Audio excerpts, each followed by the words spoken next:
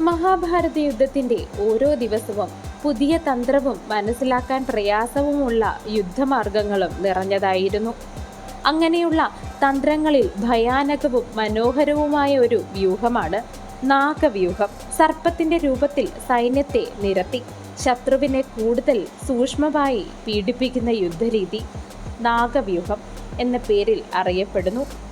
ഈ നാഗവ്യൂഹം സർപ്പം പോലെ വളഞ്ഞതും ചുറ്റിയതും ശത്രുവിനെ ഒരിക്കൽ പിടിച്ചാൽ വിടാതെ ആക്രമിക്കുന്ന ആക്രമണ രീതിയാണ്. ശത്രുവിനെ നേരിട്ട് ആക്രമിക്കുന്നതിനേക്കാൾ അവരെ ആശയക്കുഴപ്പത്തിലാക്കുകയും അവരെ കുടുക്കുകയും ഇല്ലാതാക്കുകയും ചെയ്യുവാൻ കെൽപ്പുള്ളതാകുന്നു. കുരുക്ഷേത്ര യുദ്ധത്തിൽ ഈ നാഗവ്യൂഹം ഉപയോഗിച്ച പ്രധാന സാഹചര്യം വളരെ നിർണായകമായിരുന്നു. യുദ്ധത്തിന്റെ മധ്യഘട്ടത്തിൽ, പ്രത്യേകിച്ച് ഭീഷ്മപതനത്തിന് ശേഷം, കൗരവരുടെ സേനയുടെ നേതൃത്വം ദ്രോണർക്ക് ആയി. അദ്ദേഹത്തിന്റെ അപാരമായ യുദ്ധബുദ്ധി ഉപയോഗിച്ചുകൊണ്ട് വിവിധ വ്യൂഹങ്ങൾ നിർമ്മിച്ചു. അതിലേറ്റവും ശ്രദ്ധേയമായ വ്യൂഹമാകുന്നു നാഗവ്യൂഹം. സാധാരണയായി ഈ വ്യൂഹം ഉപയോഗിച്ചത് പാണ്ഡവസേനയെ ചുറ്റിപ്പിടിച്ച് അവരുടെ മുന്നേറ്റം തടയുക എന്ന ലക്ഷ്യത്തോടുകൂടി തന്നെയാകുന്നുവല്ലോ. പ്രധാന യോദ്ധാക്കളെ ഒറ്റപ്പെടുത്തുന്നതാണ് ഇതിന്റെ പ്രധാന ലക്ഷ്യം.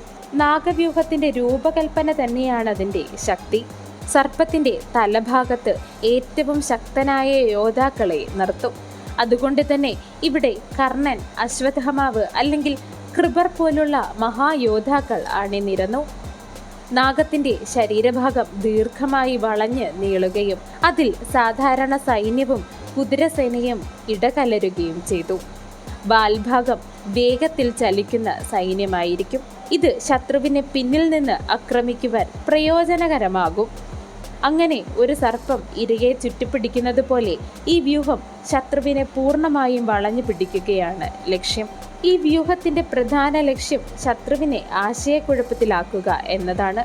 അവരുടെ നിരകളെ തകർക്കുകയും ചെയ്യുക. പാണ്ഡവസേന ഈ വ്യൂഹത്തിൽ പ്രവേശിച്ചാൽ അവർക്ക് പുറത്തേക്ക് വരുവാൻ വളരെ പ്രയാസമാണ്. ഇതാണ് നാഗവ്യൂഹത്തിന്റെ ഭീകരത. ഈ തന്ത്രം ഉപയോഗിക്കുമ്പോൾ ശത്രുവിന്റെ ശ്രദ്ധ മുന്നോട്ട് ആകുന്നു.